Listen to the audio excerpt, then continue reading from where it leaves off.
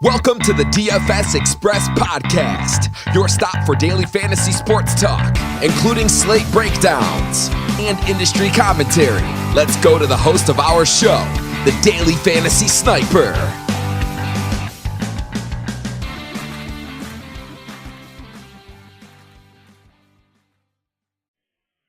What is up, everybody? On today's episode, we are going to break down the upcoming English Premier League slate. That's right, it's a soccer episode. Sorry, guys, deal with it.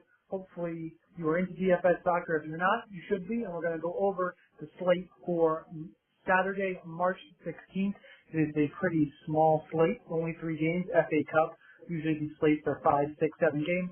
3-game slate, still pretty interesting. Not a lot of good teams. In fact, no good teams. The best team on the slate is ranked 9th, but we're going to break it down, go over all the plays for DraftKings and FanDuel. And I say we because to help me do that, it is Trey J989, fellow soccer coach with me for DFS Army. Trey J, how you doing? I'm good. How are you? I'm good. I'm looking forward to breaking down this slate, talking some soccer. It's always fun. Actually, the first time we've talked, can't call face to face, but I think just even over the phone, so it should be interesting. We'll go over each game one at a time. I'm more of a DraftKings player. Trey J plays more FanDuel. Before we get started, make sure you guys go to dfsarmy.com. Use the code GOAL. Trey J's code, get 20% off VIP membership. Also, if you listen to the podcast before, you know what I'm going to say next. Please like, comment, subscribe. Subscribe on iTunes. Leave a 5-star review. In March, get entered to win a T-shirt, a DFS Army T-shirt. I got the Fantasy Football Geek to give one of those away. So great stuff there. Please, 5-star review on iTunes. Like, comment, subscribe. Also, get all the pleasantries out of the way. Trey J on Twitter is at TreyJ989. I am at the DF Sniper. I think that's enough intro, Trey J. You ready to break down some games here? Yeah, let's get into it. All right, first game on the slate, of course, on my phone, and it just went down on me. I think we said we were going to talk about Bournemouth first, no? Yeah, Bournemouth, Newcastle. All right, Bournemouth is a plus 104 home favorite, taking on Newcastle, plus 280. Again, if you're new to soccer, the favorite is plus still because the draw is a 3-way bet. Anything in the minus 150 and up range is a pretty healthy favorite in soccer. It's only one of those on the slate. Bournemouth, so you should say Newcastle, has been on a pretty good run lately, especially the last game out. Came back from 2-0 down against Everton to win 3-2. Bournemouth has been struggling. They won their last game against Huddersfield, but Huddersfield is atrocious. And so in their last 6 games, they're 1-4-1. I, though, think Ryan Fraser is probably the best DraftKings play on the slate. He's basically all of Bournemouth's offense, peripherals, goal upside, had a big game last time out. So we're going to start on the Bournemouth side. We'll go team by team. So Bournemouth is the favorite. Ryan Fraser is the best play on the team, one of the best plays on the whole slate for DraftKings. Outside of that, the forwards you could look at King and Wilson and GPPs. The only other place I would look for Bournemouth is possibly their wingbacks. But again, there's better ones on the slate. I'm going to play anyone who's probably going to be Klein, a little bit cheaper. But Ryan Fraser, I'm pretty much locked in on for DraftKings. What are you thinking, Trey J? Ryan Fraser is just lock him in, lock and load. On a small slate like this, you need to go where the offense is. And Bournemouth at home plays the fast style, and a lot of that comes from Ryan Fraser. So, yeah, it doesn't matter. DraftKings, FanDuel, Ryan Fraser's in my cash games. I do have an off-the-board play for Bournemouth, and that is the guy who might be playing right next to Ryan Fraser. I think he might benefit from a lot of attention on Ryan Fraser, and so if he's sticking close to him, then he might be able to. And that's potentially Andrew Sermon.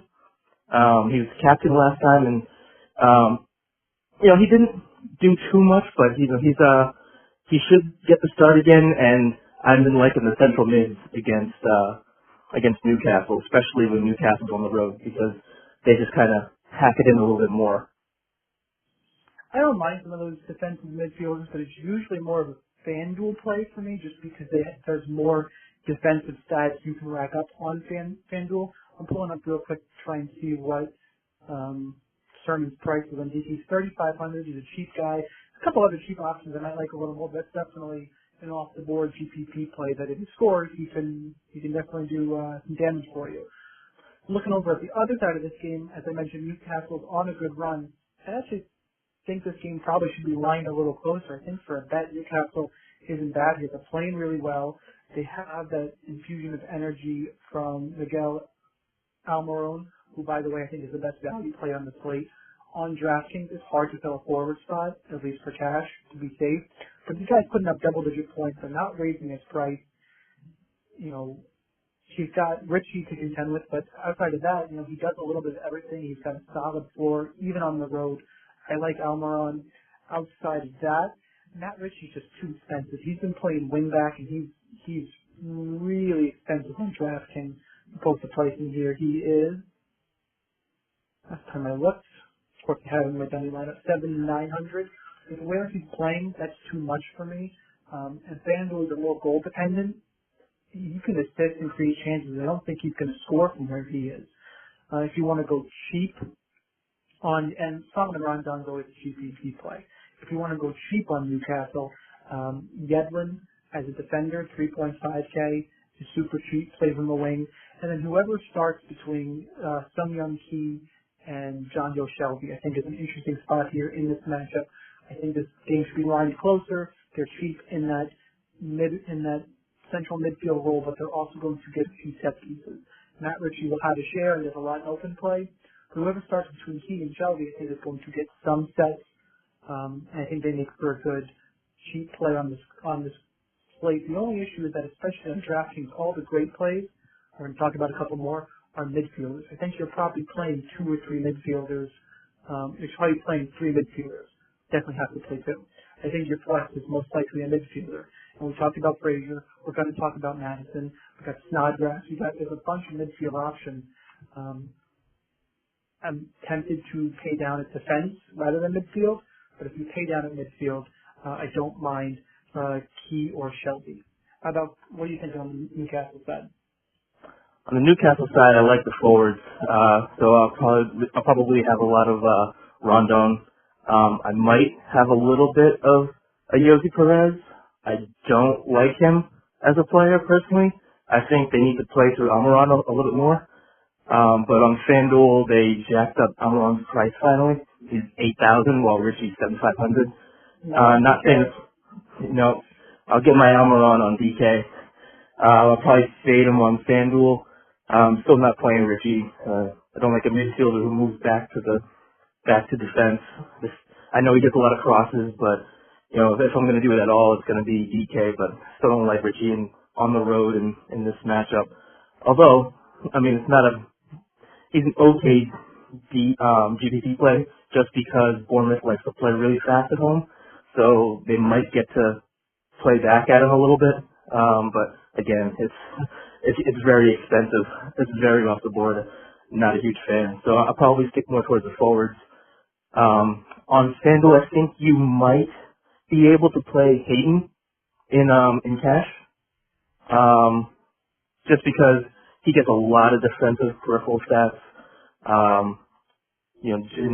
Again, how fast Bournemouth plays, he could be very, very, and I think he's going to be on the side of the field with Frazier, so he can be very involved defensively. But beyond that, yeah, I think I'm in GTV even sticking to the forwards there. All right, let's go to the next game. I'll let you start off with team breakdowns for each of these teams here in game number 2. It is Burnley is at home. They are an underdog, plus 210. Leicester, slight favorite, nothing huge, plus 145 for them. So we'll start with the home team in this one. Who are your viable plays for Burnley? Burnley, for me, I'm going with the forwards. It's a team that just really loves to play through the forwards. And I think my favorite of the two is Chris Wood. I'm feeling a Chris Wood day tomorrow. I expect Chris Wood to be starting at left forward, and he's going to be very involved in set pieces, which Leicester has struggled against on the road.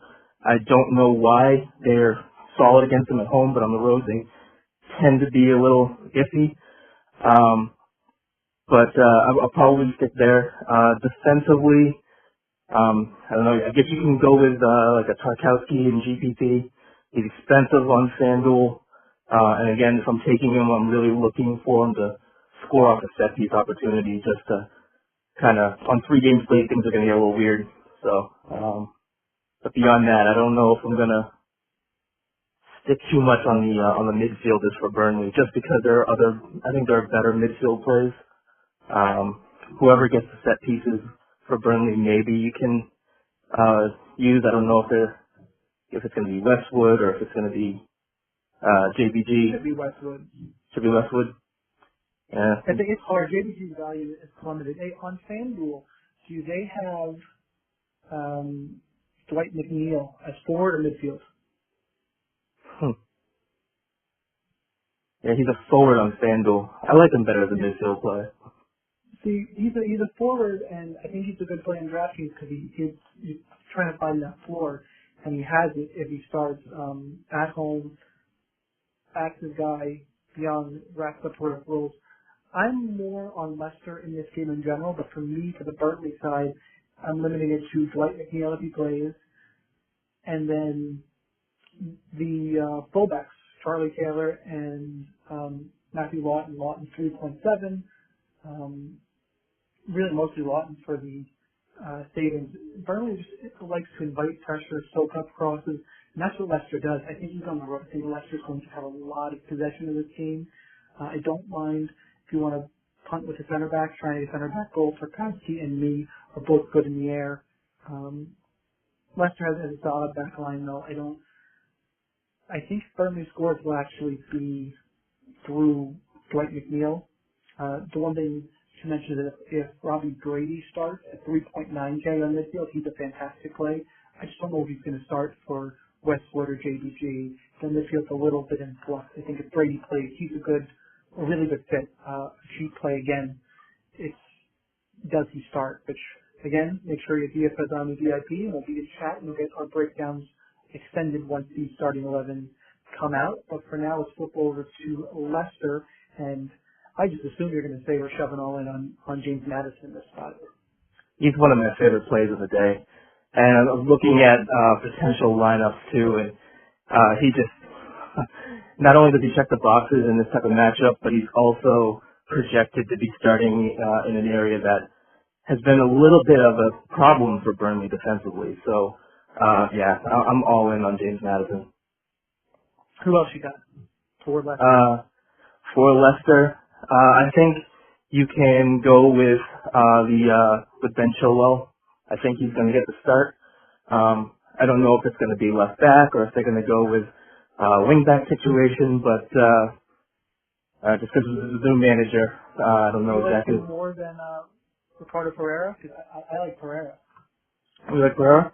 I don't mind Pereira. I think I typically tend to go towards Chilwell in more of a cash situation. Pereira, GPT, especially if Madison's up there. I think Pereira and him could hook up a little bit.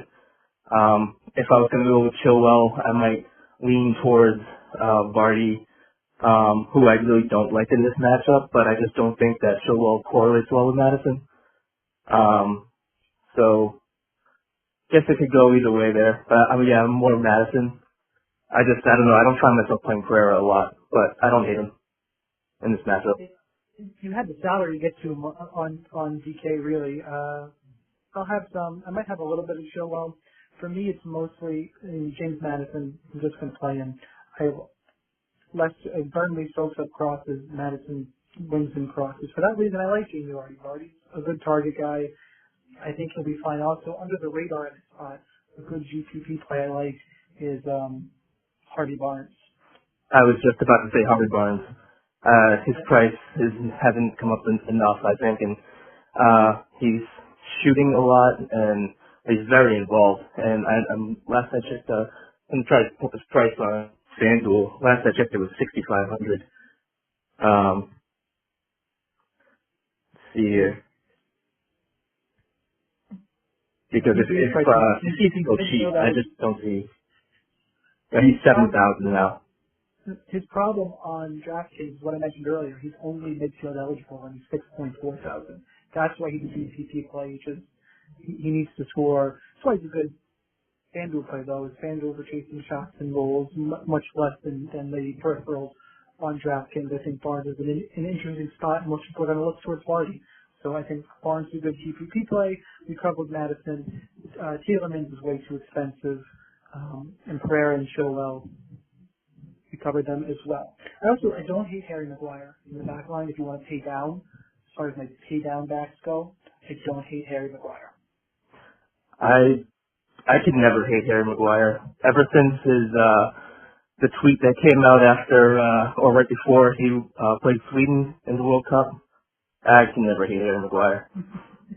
He's only 3.1 thousand on DK, so there's tons of value in this play. I wish we had these, when we have Man City and Manchester United to deal with, but the slate we got. And the last game of the slate features the largest favorite on the board. It is West Ham. They are minus 182. Comeback on Huddersfield, who is the worst team in the Premier League by a lot, is plus 600. Look, West Ham, for me, whoever plays, I'm going to want to start him. It's oversimplifying it, but that's where I'm at here. Snodgrass is the DraftKings cash play if he goes. Lanzini is a good value option. Mikel Antonio, if he starts, you could play him in a forward spot in DraftKings. I mentioned the forward spot a couple times. We're looking. Marko Arnautovic, I hope he gets to start over Javier Chicharito. I would prefer to play Arnautovic. I think he's got a much better floor.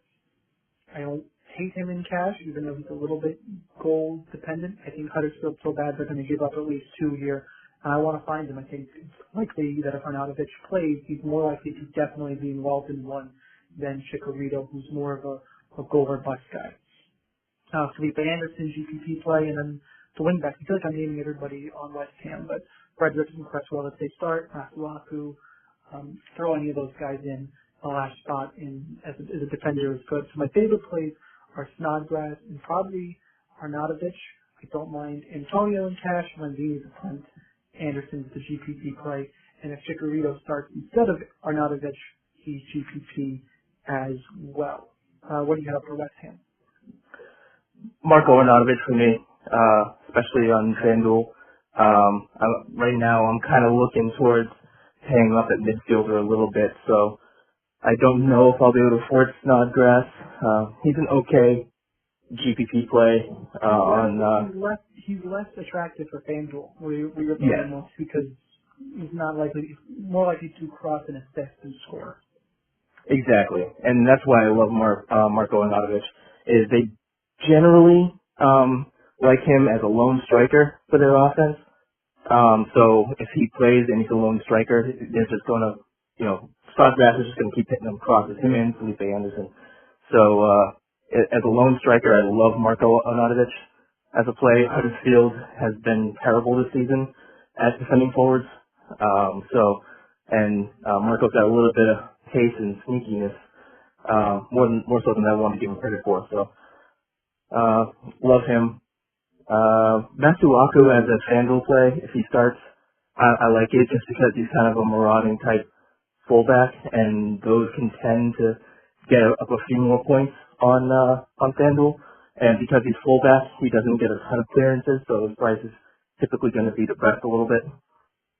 I think that's generally where I'm sticking for West Ham. This game for me is kind of it's kind of not the biggest target. I know that West Ham's the biggest favorite, but I like what Huddersfield has done recently on the road. They haven't allowed a ton of goals. They've been a bit more defensive-minded and disciplined. It's not to say that the real Huddersfield couldn't stand up, but I'm probably not getting too... They've been good. I know when they came into the Emirates, they held Arsenal to just a goal, a very late goal, and kind of fluky. That was back in 2018. Was it that long ago? I really thought that was like recently they lost on the road anyway. 1-0 to Brighton, 2-0 to Newcastle, 5-0 to Chelsea, 0-0 draw against Crystal. Yeah, Chelsea at home though is a little different beast. That's all.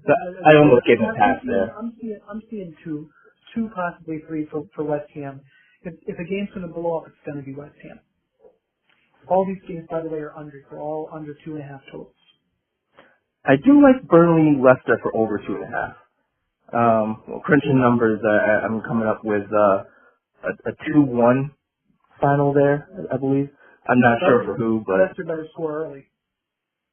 Yes. Yeah, they better. Just soak up pressure until Leicester scores. Fingers crossed. For Huddersfield, last team on the slate, this is a team I have the least amount of interest in. I think Moy is viable for cash games. He's a little too cheap on DraftKings at 4.8K. He does take sets, decent open play value. Don't mind him. After that is Chris Lowe or Lerva. If he starts at 3.9K, the problem is you never know if he's going to start or get pulled off in 45 minutes. Outside of that, I don't have much interest in Huddersfield on the road. If you're playing more Huddersfield than I am, by the way, actually in FanDuel, I will say Zanka and Schindler, the center backs for the biggest dog on the slate. I will have some of them on FanDuel. Yeah, cash plays, easy cash plays there. There is one person I do like for Huddersfield. I'm looking at, Alex Pritchard. He's 5K on FanDuel, and West Ham, if they're going to give up a goal, they've been a little leaky to central mids there. So if they get him in the attacking role, I expect Huddersfield to be a little more defensive-minded, but Alex Pritchard's played a lot of center attacking mids, so or at least playing underneath the forwards. So I do like him. I do have a little bit of interest there in Alex Pritchard, especially at 5K. They need to save some salary to get to some of those forwards. I don't hate it.